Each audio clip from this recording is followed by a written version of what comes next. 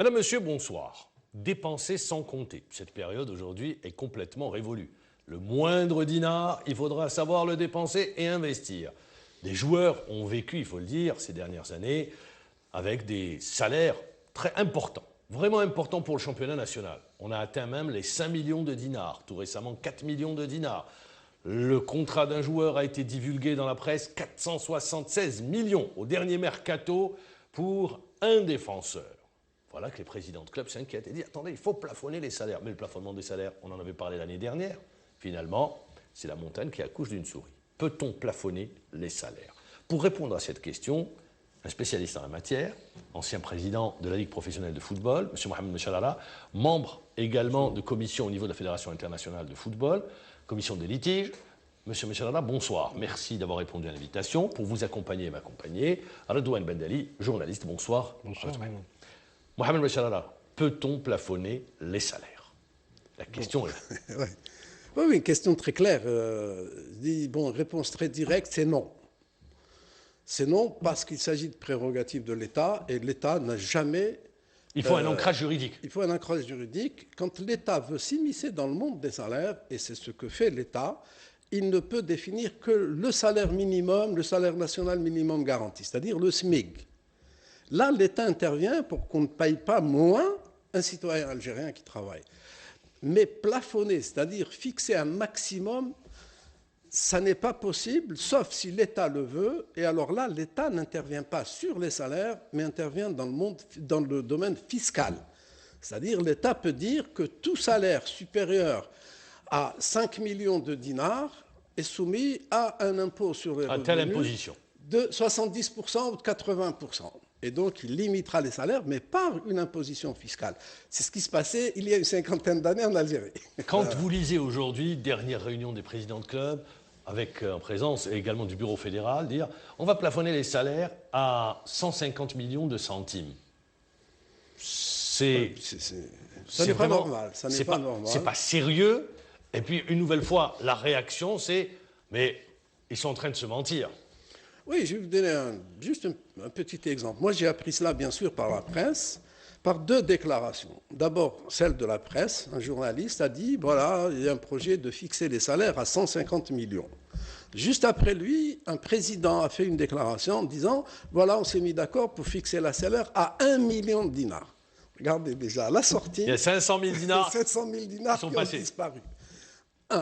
Les présidents de clubs peuvent se réunir et décider de tout ce qu'ils veulent. Ils ne constituent qu'une seule partie des gens, des acteurs qui sont concernés par le salaire. La deuxième partie, c'est les joueurs, et il faut les écouter. Il faut les encourager à créer un syndicat, il faut qu'ils aient des représentants avec lesquels on puisse discuter. Si les deux parties arrivent à un accord et se mettent sous l'égide de la fédération, donc la fédération pourra écrire un règlement de respect, donc des sanctions pour celui qui ne respecte, mais à condition que les deux parties soient d'accord. Si les présidents de clubs qui constituent une partie se réunissent entre eux et décident unilatéralement, ça ne sert à rien. Alors pourquoi 1,5 million de dinars? Pourquoi pas 2 000 dinars, 20 000 dinars, enfin au moins le SMIC? Où est là? Qui va respecter ces prérogatives? Moi, je pense que la démarche n'est pas du tout objective. Il faut, à mon avis, réapprendre à toute la famille du football, au sens le plus large, joueurs, entraîneurs, arbitres, à parler. Chez nous, il n'y a pas de... Il n'y a pas de pont entre les différents acteurs. Absolument pas. Et ça, c'est dommage. Nous n'avons pas d'association d'entraîneurs, nous n'avons pas d'association d'arbitres, nous n'avons pas d'association de joueurs, nous n'avons pas de forum des chefs, des présidents de clubs. Il faut que cela se constitue en association et que ces gens se mettent autour d'une table, comme la tripartite au niveau gouvernemental, entre l'UGTA, les différents syndicats et le gouvernement. Voilà, c'est comme ça que ça devrait se passer. Oui, moi, ce que je voudrais dire à M. Mohamed Mechalala, c'est qu'on a l'impression qu'on est dans une gestion un peu, on va dire, tatillonne. Quand on voit les présidents de clubs se réunir avec le président de fédération et décider de plafonner les salaires, on dit parallèlement, sur la question des entraîneurs, par exemple, on a limité les licences aux entraîneurs à 2 licences par saison. Et on dit que les clubs ont droit de recruter autant qu'ils veulent parce que c'est une entité commerciale, professionnelle, on ne peut pas la limiter. Pourquoi on peut limiter les salaires alors? Oui, absolument, vous avez raison. C'est contradictoire. Vous avez raison, bien sûr, vous avez raison. On ne peut pas. Si on veut réglementer, même pas légiférer, parce que, pour dire un mot, revenir sur la question des salaires, j'ai entendu dire que cela allait être présenté à l'Assemblée générale de la Ligue. Mais ce n'est pas l'Assemblée générale qui peut C'est régler, pas c'est pas son rôle. Alors, ça n'est pas son rôle. 2, l'Assemblée générale, la Ligue professionnelle n'a aucun droit de légiférer ou de réglementer quoi que ce soit dans le football. Elle agit exclusivement sur une convention, sur une mission que lui cède la Fédération algérienne de football. C'est-à-dire qu'elle ne peut rien décider sur le plan réglementaire. Les acteurs à ce niveau-là, pour avoir l'ancrage juridique, donc il y a la famille du football, mais également pour pouvoir légiférer, c'est le ministère du Travail. Ah oui, sur des cas comme ça, il faut absolument... C'est-à-dire la bonne solution serait qu'on ait un accord entre les joueurs et... Syndicat des joueurs. Le syndicat des joueurs et les chefs, les directeurs, les patrons de clubs, sous l'égide de la fédération, bien sûr, et que l'on soumette ça au gouvernement. Mais avec des propositions concrètes. Lui dire, bon, si quelqu'un paye plus, les impôts lui tombent dessus d'une manière vraiment... C'est le seul moyen. Ou alors, si les joueurs acceptent de plafonner, il faut leur donner quelque chose en contrepartie. C'est-à-dire je dis oui, c'est une très bonne question. C'est-à-dire leur renforcer leur sécurité, les problèmes d'assurance. C'est des joueurs qui jouent avec des risques énormes. Quand un joueur se blesse gravement. Mais aujourd'hui, ils sont assurés. Oui, mais assurés à combien? Vous êtes sûr qu'ils sont... Vous avez vu beaucoup de fiches de paie? Ils sont obligés. Bon. Moi, je n'ai pas vu beaucoup de fiches de paie dans le football. Hein. Il faut s'assurer, mais dans le monde moderne, hein, un joueur est assuré pour lui garantir, en cas d'accident grave, une fin de vie confortable pour lui et sa famille. Assurance, caisse de sécurité, c'est aussi des retraites anticipées, la formation. Vous connaissez les contrats. En Europe, quand un joueur atteint l'âge de 30 ans, il est fait obligation au club de prévoir une clause de formation. C'est-à-dire hors monde du football. Hein. Donc, ils garantissent aux joueurs l'après-carrière. Un après-carrière, soit il peut faire toutes les études qu'il veut, etc. Pour rester sur cette question-là, aujourd'hui, on est en train de vendre du vent. C'est notre terme, c'est ça. C'est juste. Si on est en train de vendre du vent, parce que chaque président de club peut faire ce qu'il veut finalement, et la loi le protège, parce qu'il n'y a rien. Il a le droit de fixer le salaire qu'il veut. Il n'y a pas d'ancrage. On le disait, on en avait parlé avec vous en disant, à continuer de distribuer de tels salaires, on allait tout droit vers le mur. Absolument. On voit aujourd'hui la commission de litige au niveau de la fédération reçoit des dossiers tous les jours. Monsieur Mohamed Mouchalala, je voudrais revenir avec vous sur un aspect qui reste lié au salaire. Pourquoi? Parce que quand on regarde un petit peu la structure des clubs sur le plan financier, les dépenses au chapitre dépenses, les salaires représentent 95% des dépenses, ce qui est tout simplement de la folie. La question, j'y arrive, quel rôle doit avoir la DNCG, Direction nationale de contrôle et de gestion? Pour certains, c'est un rôle consultatif, on l'a entendu tout récemment. Pour vous, est-ce qu'elle doit se contenter de ce rôle d'organe consultatif ou non? Elle doit agir et avoir les pleins pouvoirs pour regarder la gestion des clubs. Écoutez, d'abord, je vais préciser une chose. La DNCG est la seule commission fixée par la loi. Parce que vous savez, la loi fondamentale sur le football, moi je me souviens de celle sur laquelle nous avons créé la DNCG à la Fédération, c'était la loi sur l'application de l'éducation physique et sportive, c'était en 2005. Elle a été récemment renouvelée en juillet 2013. Donc il y a une loi fondamentale qui crée la Direction nationale de contrôle de gestion. Si vous allez sur le site de la Ligue, bien que le règlement soit un peu ancien, vous allez trouver un document à la DNCG qui définit ses rôles. La DNCG, c'est d'abord une chambre qui a 2 niveaux. Elle a un premier niveau qui est de la commission de gestion et de contrôle du football professionnel. Et il y a une commission d'appel. Donc, quand il y a une décision prise par la DNCG d'empêcher un club de participer à un championnat. Chez nous, elle peut le faire. Écoutez, à mon avis, elle n'existe plus. D'accord. Si elle existe, elle peut le faire, bien sûr. Si elle est mise en place, si on lui donne ses prérogatives, il y a bien écrit qu'il faut que ce soit des experts qui fassent partie de cette commission. Il faut que ce soit des gens qui maîtrisent un métier et qu'elle se donne le temps. Parce que la DNCG, ça n'est pas un rôle de gendarme, mais la DNCG doit aussi préparer les clubs à disposer de comptes sérieux. Donc on va faire de la formation, on va aller faire du contrôle, rectifier le tir, ce qu'on avait commencé à faire. Nous nous sommes déplacés dans les clubs, je l'ai fait moi-même, nous nous sommes déplacés dans les clubs, nous avons vu leurs comptes, nous leur avons expliqué les insuffisances, et le rôle de la DNCG, c'est de les aider à lever toutes ces insuffisances. Sur cette question, les clubs ont évolué ou vous dites non? Écoutez, je n'ai plus eu de... Plus de contact? Plus de contact. Mais quand on regarde le nombre de litiges, il semble bien que non. Apparemment. Radouane Ben Dali. Moi, je voudrais poser une question. Si on arrive à plafonner, bon, c'est utopique, mais si on arrive à plafonner les salaires avec cette façon d'agir, avec cette démarche, vous ne pensez pas que ça va ouvrir la porte au marché informel dans le football, les dessous de table, le blanchiment d'argent également? Écoutez, moi, ce qui me fait mal, vous avez raison, moi, ce qui me fait mal dans la gestion de ce problème, c'est qu'on oublie que la grande majorité des clubs est nourrie avec l'argent de l'État, directement ou indirectement. Cet argent de l'État n'a... Je vais vous interrompre. Pourquoi pas juste pour le téléspectateur, quand vous dites directement ou indirectement, quand vous dites l'argent de l'État, c'est les subventions, mais dans le même temps, c'est également le sponsoring, parce que c'est défalqué. Les entreprises nationales, voilà. Absolument. C'est pour ça, même les entreprises privées, c'est défalqué au niveau de l'imposition. Même au-delà, c'est ce qu'on dépense, ce que Sonatrach dépense pour le Mouloudia ou la Tassini pour la Khon, ce sont des charges dans ses propres comptes. Cet argent aurait pu aller dans le bénéfice de la société et donc gonfler les dividendes de l'État.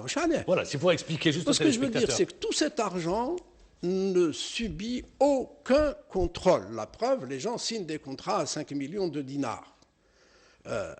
Moi, je le dis, je l'ai écrit dans plusieurs propositions au gouvernement, enfin au ministère de la Jeunesse et des Sports, je le répète aujourd'hui. S'il n'y a pas un organe de contrôle de la distribution des subventions aux clubs, moi je peux dire, au travers des subventions de l'État, cet argent n'ira pas au salaire. Vous pouvez payer quelqu'un à 5 millions de dinars, payez-le de votre poche. Ce que je vous donne comme argent ira au développement du football. Ira au transport. Vous n'avez pas d'autre source de financement. Et mais si le président de club veut donner 5 millions, qu'il les mette de sa poche. Non, mais vous le savez très bien. Aujourd'hui, notre football ne capte pas d'argent. Mais quand c'est une mesure générale, c'est au travers des subventions que tu peux filtrer. Là, je casse la poire en deux. On peut... très bien, voilà. Donc graduer, bien sûr. Je dis, si cet organe ne dit pas au club, tiens, je vous aide, je vous donne 100 dinars, mais les 100 dinars, je vous autorise à prendre 30 dinars pour vos fonctionnements. 70% vont aller là. Mais j'ai un corps de contrôle. C'est-à-dire, mais je l'avertis que, le joueur à qui, si jamais il y a 1 dinar de payé sur le truc, j'arrête la subvention de l'année d'après. Si on n'a pas un corps comme ça, administratif, objectif, il faut que ce soit un travail très, très... Disons que ce soit mécanique, c'est très simple. On ne pourra pas faire baisser. C'est le seul moyen d'arriver à restreindre la masse salariale. Maintenant, quand quelqu'un les paye de sa propre poche, de quel droit avons-nous de l'empêcher de... Ça sera la règle, c'est ce qui se passe dans pas mal de championnats européens. Il y a des super sponsors qui permettent d'acquérir des joueurs à coups de millions d'euros. Ils les payent, ce n'est pas l'État. Parce que vous avez un retour également sur investissement. On ne va pas rentrer absolument, dans le détail. Oui, c'est pour ça que ça se fait comme ça. Mais chez nous, il n'y a pas de retour sur investissement et le privé n'y va pas. Il y a moins d'un mois, il y a eu un colloque international sur le sponsoring, sur le marketing et le sponsoring dans le monde du football. Vraiment un grand colloque universitaire. À Alger, de gens qui sont venus, d'éminents professeurs. À l'école de commerce. De commerce, absolument. Moi, il n'y avait pas un seul club. Ils ont tous été invités. Or, les jeunes scientifiques, beaucoup d'Algériens, vraiment, moi, je leur ai rendu hommage. Les universités de Tbessa, Blida, Bouira, Tlemcen, Constantine, en plus d'Alger, ont fait des études scientifiques sur comment générer des recettes à un club, comment lui permettre d'obtenir des richesses, leur apprendre ce que c'est que le sponsoring. Il n'y avait personne. Et c'est dommage. C'est dommage. Radouane Ben Dali. Et puis, pour rajouter un peu à ce sujet de plafonnement des salaires, Mohamed Moucharala, est-ce qu'il n'aurait pas été plus juste et plus judicieux d'abord, au départ, quand on a instauré le professionnalisme, de mettre en place une grille des salaires? Il n'y a pas de référence, il y a aucune. On est parti sur du zéro à l'infini. Il y en a eu une. Il y en a eu une. On l'a jamais vu. Mais parce qu'on n'a pas pu la négocier. On en a fait une qui était très objective. Et je suis certain, si on avait pu la négocier à l'époque avec les joueurs, avec un syndicat de joueurs, on aurait pu obtenir un accord. Parce qu'elle était objective, elle rémunérait l'effort, elle rémunérait le grand footballeur, elle rémunérait les résultats, elle rémunérait le podium. C'est-à-dire qu'à l'époque, les plus hauts salaires étaient de 2,5 millions. Hein. Et je me souviens, quand on a fait les applications de ce qu'on avait mis en place, il pouvait y avoir des joueurs qui pouvaient atteindre le maximum, c'est-à-dire les 2,5 millions. Il suffisait d'augmenter l'indice, on aurait pu aller à 4 millions. Aujourd'hui, cette surenchère dans le monde du football, vous pensez qu'elle va durer ou bien il va y avoir un... Non, elle ne va plus durer parce qu'il n'y a plus d'argent. Voilà, il n'y a plus d'argent.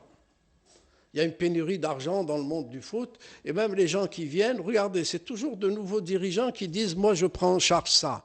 Mais ils peuvent le faire 1 an, 2 ans, et puis ils s'aperçoivent que... Parce que même si vous êtes actionnaire, il n'y a pas de recette, il n'y a pas de dividende. Absolument. Et à partir de là, de grosses inquiétudes. Oui, et ça ne va pas se répercuter sur les joueurs? Il va y avoir une grogne peut-être des joueurs. C'est évident, s'il y a moins d'argent, les gens proposeront des salaires inférieurs, c'est le marché. Et les joueurs accepteront, même ceux qui réchinent, qui peuvent rester 6 mois sans signer. Mohamed Moucharala, est-ce qu'à un moment donné, aujourd'hui, quand vous voyez un défenseur durant ce mercato à 478 millions bruts, est-ce qu'on doit se poser des questions et un peu de folie également? Moi, au début... Ah, vous avez oublié votre portable. Exact. Oui.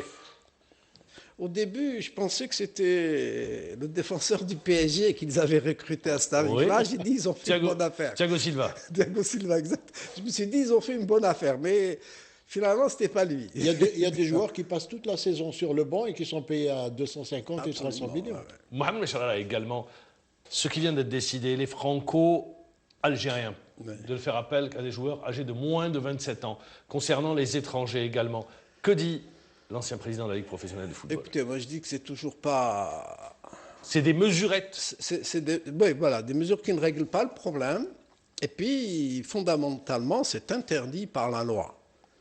Du football professionnel. Je dis même pas franco-algérien, je dis français, je dis américain, je dis anglais. Il y a une loi algérienne qui gère le travail. Parce qu'on a l'impression que c'est un peu de la ségrégation. Mais bien sûr. Si vous passez l'expression, quand on regarde de l'étranger, les gens disent c'est quoi? C'est un peu de la ségrégation. Absolument. Mais puis la loi algérienne a des dispositions pour recruter un joueur étranger, enfin un travailleur étranger. Là, on est sur plan. Mais en de plus, l'emploi. Un Algérien résidant en France, il a la double nationalité. Il peut venir travailler et comme même algérien. Oui. Bien Donc sûr. à partir de là, je vois pas. Regardez, s'il signe son contrat avec une résidence à Alger, avec sa nationalité, carte d'identité ou passeport algérien, il l'a. Donc ça ne pose aucun problème. On ne peut pas le limiter. C'est pour ça que je dis c'est une mesurette. C'est de la poudre aux yeux. Bien sûr, ça ne sert à rien. Voilà, ça ne sert absolument à rien. C'est vraiment pas des mesures qui peuvent faire évoluer le football, en tout cas. L'interdit ne règle pas les problèmes, peut les arrêter, peut les suspendre. Mais ce qu'il faut, c'est trouver des solutions pour régler les problèmes. Monsieur Mohamed Moucharala, président de la Ligue professionnelle de football, vous l'avez été, je le rappelle, vous regardez, vous baignez dans le monde du football. Quand vous regardez, on a parlé aujourd'hui du plafonnement des salaires, vous dites ça sert absolument à rien, c'est également une fausse décision, c'est juste pour dire on va, mais ça ne peut pas se concrétiser parce qu'il n'y a pas d'ancrage juridique. Concernant les dernières mesures, vous dites non, c'est pas possible, s'il y a un joueur qui vient, il peut jouer, et puis on a l'impression que c'est de la ségrégation. L'avenir du football national, le football local, qui aujourd'hui, à l'exception de l'équipe olympique, on voit notre équipe nationale n'est pas représentative du football local. Vous dites on est en train de perdre du temps, on n'avance pas. Ah oui. Et non, pour vous, le train n'avance pas? Non, pas du tout. Pas du tout. Moi, je reste convaincu qu'un peuple de 40 millions d'habitants qui ne peut pas donner un joueur titulaire à son équipe nationale n'a pas de football. N'a pas de football. Le jour où j'aurai 4-5 joueurs dans mon équipe nationale, issus du football local, oui. Et aujourd'hui, il n'y a rien. Dans le même temps, il y a l'accompagnement de l'État sur les centres de formation qui tarde à venir. Rappelons-le, ça avait été décidé à l'époque où il y avait de l'argent. Maintenant, on est juillet 2010. Juillet 2010. Absolument. Maintenant qu'on est en période d'austérité, est-ce que vous ne pensez pas justement que le sport, et plus particulièrement le football, vont justement payer les prix de cette austérité, les premiers? Ça, c'est certain. Ça, c'est certain. En tout cas, déjà, les dispositions de la loi de finances complémentaire de 2010, celle qui... Vous vous souvenez, il y avait un prêt de 100 millions de dinars qui était accordé au club, il y avait plein de choses. Il y avait une disposition avec un compte spécial qui était ouvert pour les fameux centres d'entraînement en réalité. Alors, ils n'ont pas encore vu le jour. Pas du tout. Ça veut dire pour vous, ils ne verront pas le jour? Ou ça va être compliqué? Peut-être un ou deux qui sont très proches, qui peuvent le faire. Le reste, je n'y crois pas. Allez, dernière question, Radouane Ben Dali. Et en 5 ans, on n'a pas réglé le problème du professionnalisme, quoi qu'on en dise, parce qu'on fait trop souvent des bilans très soporifiques, mais en fait, il n'y a rien. Pour vous, Mohamed Mouchara, c'est la solution urgente aujourd'hui pour au moins remettre les choses sur place, c'est quoi? C'est de mettre en place un organisme qui comprenne toutes les parties concernées, en fait, gouvernement, fédération, club, de lui donner une autorité légitime, c'est-à-dire il faut créer cet organisme par arrêté du ministre ou même par un décret du chef du gouvernement et lui donner le pouvoir, entre autres, de gérer ces histoires de subventions, de prendre tout simplement. L'Algérie a très bien tracé le chemin du professionnalisme. Reprenez l'arrêté de juillet 2012 qui fait le cahier de charge du professionnalisme. Il y a une dizaine de points, qu'on les prenne un par un, pas de précipitation. Un par un, et on arrivera à avoir un football professionnel. En contrepartie, cet organisme qui gérera les subventions donnera des subventions en fonction du niveau d'évaluation. On mettra en place des critères. Absolument. Je voudrais terminer, réponse rapide. Pour vous, aujourd'hui, le football a besoin d'un fonds de péréquation. Oui. Quand vous voyez, par exemple, l'argent public sur notre track avec cette... Oui, tout à fait, je suis d'accord. Moi, j'ai déjà dit, ce que je considère même les grandes entreprises publiques qui financent juste 4 clubs, c'est une absence d'équité. C'est illégal, enfin pas illégal, ils sont libres de faire ce qu'ils veulent. C'est pas équitable. Mais ça n'est pas équitable et ça n'encourage pas au développement du football. Monsieur Mohamed Mouchara, merci, ça passe très vite, le temps passe très vite avec vous. Merci encore une fois, je le rappelle. Moi qui vous remercie. Membre commission FIFA et ancien président de la Ligue professionnelle de football. Vous comptez pas revenir aux affaires? Non, on annonce que M. Kalbadj est partant. Pas du tout. Merci. Radouane Ben Dali, journaliste, merci d'avoir été avec nous, merci de nous avoir suivis. Je vous dis au revoir et à demain à la même heure.